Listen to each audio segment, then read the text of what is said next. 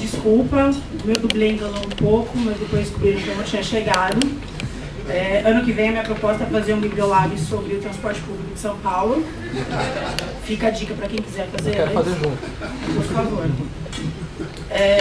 Bom, eu usei, vou tentar usar as tecnologias junto, espero não ficar refém delas. Isso. E, bom, eu vou usar o texto para poder não ficar tergiversando muito, afinal são só 20 minutos. Bom.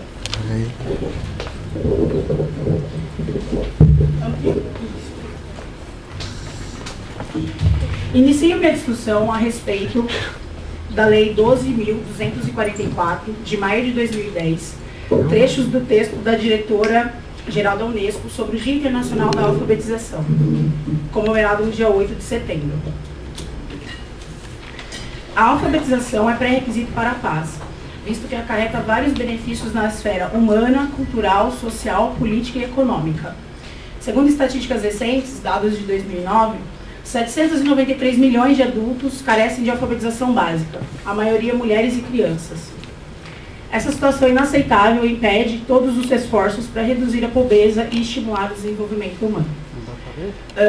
Tratar de biblioteca escolar é tratar não somente do acervo, do espaço, da sobrevivência e, por que não, da luta pelo reconhecimento de sua importância no processo educativo, mas tratar diretamente do público. Sendo, no caso, uma comunidade delimitada pelos muros escolares, tendo por necessidade primeira o apoio a atividades didáticas. Então, entendo que tratar da biblioteca nesse contexto é, sobretudo, tratar de educação. Falar de alfabetização na educação é discutir o mais básico dos atos daqueles que pretendem educar para os que necessitam ir à escola aprender e aprender. A Irina Bokova, que é a diretora-geral da Unesco que fez esse texto, destaca 3 pontos sobre por que a alfabetização é importante para a paz e o desenvolvimento. São eles: dar maior autonomia aos indivíduos, permitindo a confiança necessária para buscar informações importantes e fazer escolhas esclarecidas, que têm impacto direto em suas famílias e comunidades. Condição imprescindível para que indivíduos participem de forma eficaz no processo democrático, tenham uma voz nas organizações comunitárias, ganhem conhecimento político e, portanto, contribuam para a formulação de políticas públicas de qualidade. Programas de alfabetização fortalecem a compreensão mútua ao permitir que pessoas compartilhem ideias, expressar, preservar e desenvolver a identidade cultural e a diversidade. Temos como diversidade, democracia, autonomia e confiança tornam os textos leves e adequados para a divulgação massiva por serem clamores universais e pela replicância dessas necessidades em toda a sociedade complexa. Contudo, antes de me trazer calma, eles me inquietam, mas de certa forma me ajudam a concatenar como apresentar um tema tão caro e complexo, que é a educação, a alfabetização e a biblioteca escolar, de forma mais objetiva. Então eu pensei a minha apresentação em 3 termos: atuação, formação e papel e responsabilidade do bibliotecário no processo educativo.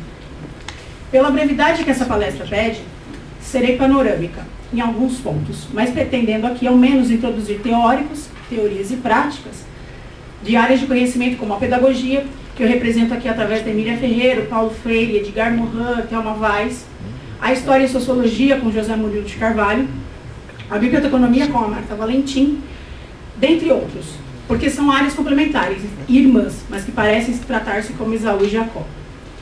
Educação e biblioteca escolar possuem relações óbvias. A educação brasileira, que avança em índices numéricos e alcança a excelência internacional com programas de universalização nos diferentes níveis de ensino, que muitas vezes são apenas pretensos e pretensiosos, traz agora no rol de suas obrigatoriedades a abertura e convivência física da biblioteca escolar. Aquela que, assim como a escola, historicamente denota a importância simbólica e material que governos e sociedades se concedem à educação. No atual cenário, denotam que expandir não automaticamente é bem qualificar e, de fato, democratizar a educação e acesso à cultura letrada. E eu explico por que estou dizendo isso. A Lei 12.244 trata da universalização das bibliotecas escolares nas instituições de ensino do Brasil, sendo particulares ou públicas. A sanção, em maio de 2010, eclode comemorações do universo bibliotecário, Tuitadas e curtidas denotam o quanto era esperada tal decisão. Afinal, a educação é uma grande preocupação na nossa área. Ao menos é o que é interessante que pareça. A educação aqui relacionada é consciente. É tomada de posição sobre os direitos sociais mínimos de uma sociedade que se pretende equânime. Aqui uma pequena divisão que costuma se fazer nas ciências sociais a respeito de quais são as divisões dos direitos sociais. Tá? Eu não vou entrar nesse tema agora, posso falar isso no caso das perguntas, mas eu peguei isso do José Munir de Carvalho. E a alfabetização, assim, embutida aqui dentro da educação, ela seria um direito social, que ele garante a participação na riqueza. A Lei 12.244 trata da universalização. Mas também a sua importância... desculpa, a gente me perdi. Tá. A educação aqui relacionada é consciente tomada de posição, mas também a sua importância econômica e numérica, pois aumentar e positivar índices de desenvolvimento talvez amenize a nossa responsabilidade com um grande cisma nacional, que é a desigualdade, inerente à exclusão na educação. A maioria dos brasileiros, entre 15 e 64 anos, que estudaram de primeira a quarta série, 52% deles não atingem atingem apenas o grau rudimentar de analfabetismo. Então, eu estou tratando aqui de índices para falar de coisas que não são apenas indícios, são coisas gritantes. Esse exemplo aqui eu já usei em 2010 em outro trabalho que eu fiz, mas eu fiquei bem chocada a respeito, porque é um cartaz que o governo federal fez, através do Ministério da Saúde, em que uma pessoa com o grau rudimentar de leitura não consegue aprender um tipo de informação como essa. São 3 linhas de texto, 3 ou 4, uma foto, com informações muito objetivas. Dia tal, vacine-se. Pessoas com esse grau rudimentar de leitura, além de não conseguirem ler cartazes de saúde, não conseguem, por exemplo, ler bulas de remédio, não conseguem entender contas e não conseguem itinerário de ônibus, já é também alguma coisa um tanto difícil. E 52% de pessoas de 15 a 64 anos que passaram durante o período na escola, de primeira a quarta série, no mínimo 4 anos, que é o período para alfabetização, não tem esse grau de alfabetização. E ainda mais grave, 9% desses indivíduos de 15 a 64 anos, ou seja, em idade produtiva, podem ser considerados analfabetos absolutos, em termos de habilidade de escrita. Não conseguiram nem mesmo decodificar palavras e frases, ainda que tenham cursado até a quarta série do ensino fundamental. E aqui pensando a alfabetização, no mais básico que seria, que é o mínimo de pensar em alfabetização, que são as correspondências grafofônicas. É você saber que a letra A, ela tem um risquinho no meio, por exemplo. Então, umas pessoas, 9% do nosso país não consegue fazer esse tipo de relação. Dentre os que cursaram da 5ª a 8ª série, apenas 17% podem ser considerados plenamente alfabetizados. Eles já tiveram no mínimo 8 anos de escolarização. Agora são 9 anos, mas esses são dados de 2009. E 24% dos que completaram dentre 5ª e 8ª série ainda permanecem no nível rudimentar. E aqui um que eu acho bem grave, porque todos esses dados são muito particulares a nós, mas aqui na Universidade de São Paulo, uma universidade pública, e fazendo parte também desse rol de pesquisa, esse número é o que mais me chama a atenção. Apenas 71% dos que chegaram ao ensino superior dominam a leitura, a escrita e podem ser considerados alfabetizados plenamente. Eu vou deixar aqui atrás para vocês entenderem mais ou menos como seria a escala de alfabetização e perceber que a base da pirâmide ainda é econômica, né? Você entender que 24% das pessoas não conseguem sair do alfabetismo, que é o tal do alfabetismo funcional. A renda da família é um fator determinante na distribuição do analfabetismo. Famílias com maior nível de renda têm ou tiveram, em sua grande maioria, acesso a maiores níveis de escolarização em várias gerações, além de maior oportunidade de acesso à informação e à cultura. Famílias com renda de até 5 salários mínimos têm na faixa do alfabetismo pleno, em contraste, o analfabetismo funcional. 20% das pessoas que não recebem nenhum salário mínimo, ou até um salário mínimo, estão no nível do analfabetismo absoluto. Está comprovado, portanto, que bibliotecários e professores, ao trabalharem em conjunto, influenciam o desempenho dos estudantes para alcance de maior nível de literacia na escrita e na leitura. Aprendizagem, resolução de problemas, uso da informação, das tecnologias de comunicação e informação. Estou falando aqui de uma educação de no mínimo 300 anos, Então, trazendo novamente os eixos que eu pensei no meu trabalho hoje, eu preciso fazer algumas perguntas, e são elas. Realmente podemos dizer que a classe bibliotecária, dentre esses números aberradores que eu acabei de colocar, estão de fato cientes da problemática situação que a atuação na educação representa? À parte as comemorações sobre a universalização das bibliotecas, estamos preparados e preocupados para lidar com uma demanda tão carente? O descaso com as bibliotecas escolares que já são existentes, a reformulação para salas de leitura e outras medidas em políticas públicas já haviam nos sensibilizado de forma positiva ou negativa? Creio que não com esse vulto. E quando digo classe, não espero contar apenas com a representatividade do Conselho, mas sim com ações, problematizações, textos e opiniões acerca daqueles que de biblioteconomia são formados, ou não formados ainda. A proposição de tal formação fast thinking, que seria uma formação a princípio à distância, ou mesmo com a redução do tempo de curso, ou com a redução da já muito básica grade que a gente possui, trata de atendimento de demanda. Mas de qual demanda realmente? Dos usuários que agora teriam a biblioteca à disposição, ou uma demanda de mercado? Das editoras que ampliam o seu público consumidor e podem dar vazão à sua produção cada dia mais crescente? E a oferta?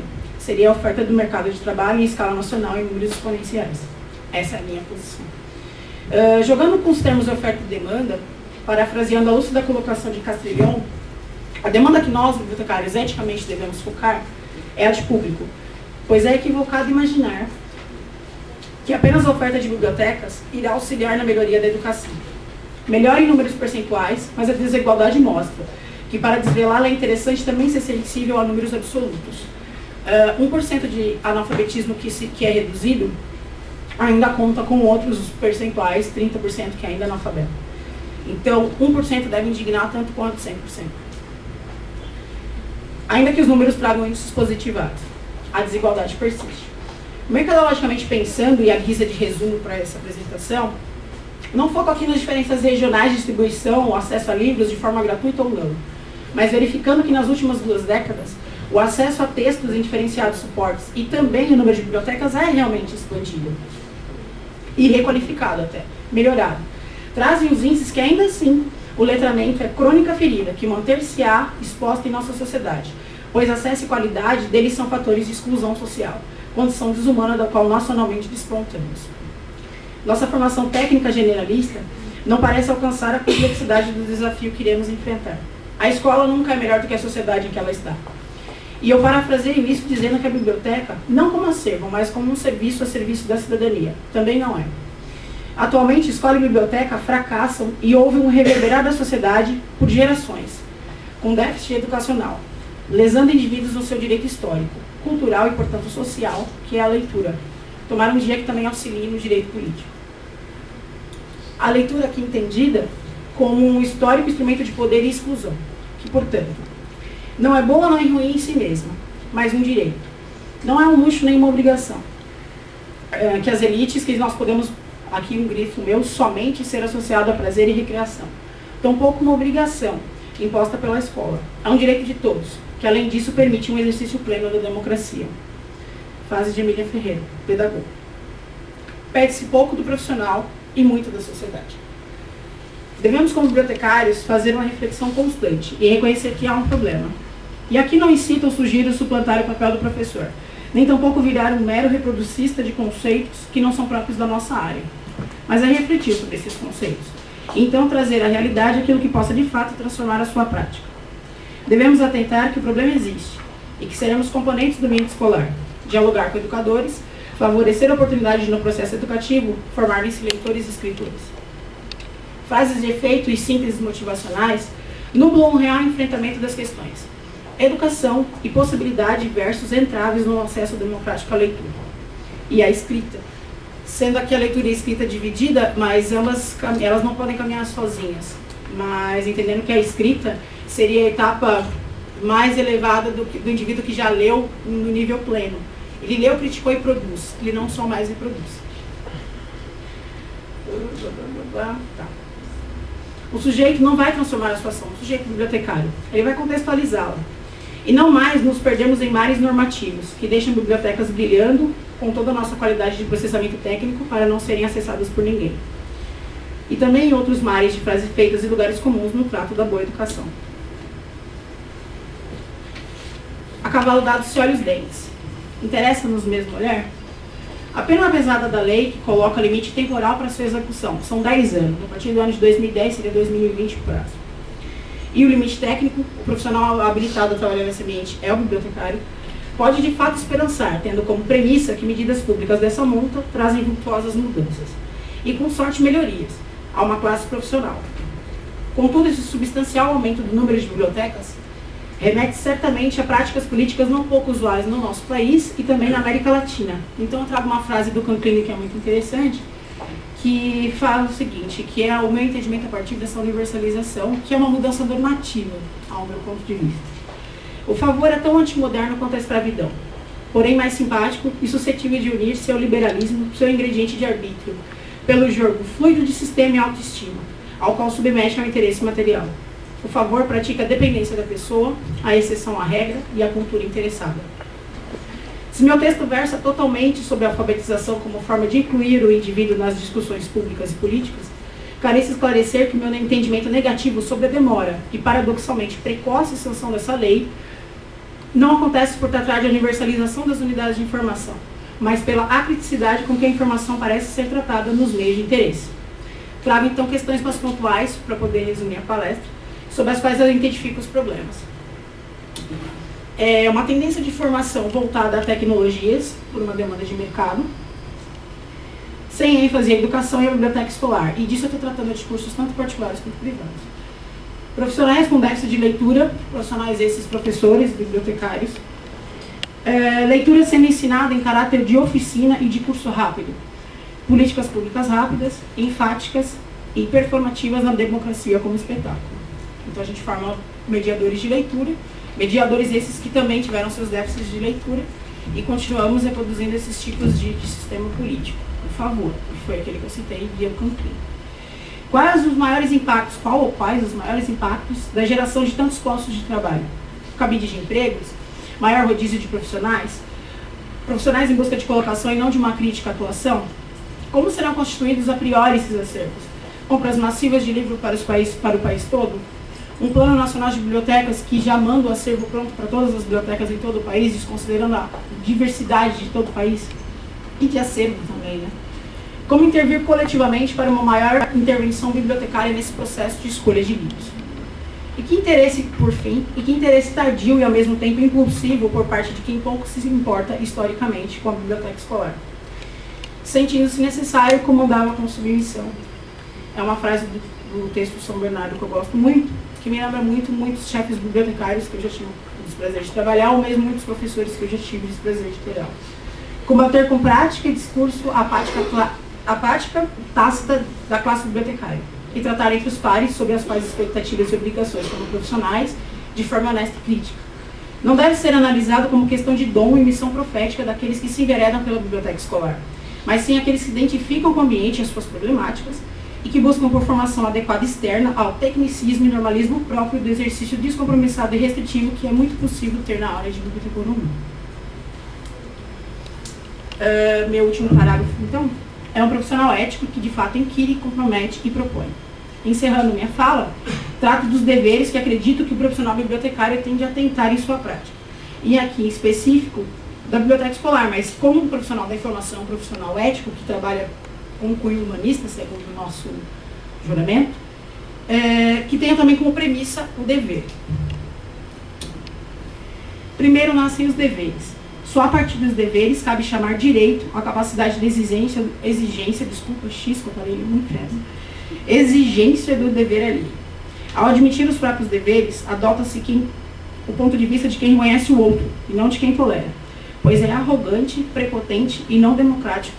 Aqui o grifo meu, apenas tolerar o diferente. Então, agora, com 5 devemos, eu realmente encerro. Bom, devemos, como profissionais da informação, preocupar-se com a própria formação e com a formação do público com quem iremos trabalhar. E romper com a tradição do ensinar como aprendemos. Nosso curso fornece espaços para a reflexão coletiva sobre a dimensão político-pedagógica da nossa atuação? Respondo que não. Devemos intentar que a alfabetização deva acontecer de fato na escola, para que esse indivíduo saia alfabetizado para qualquer suporte e que o contato que ele venha a ter com a cultura letrada não seja somente de maneira escolarizada. Ele saia da escola sabendo ler em qualquer suporte. Isso é um direito.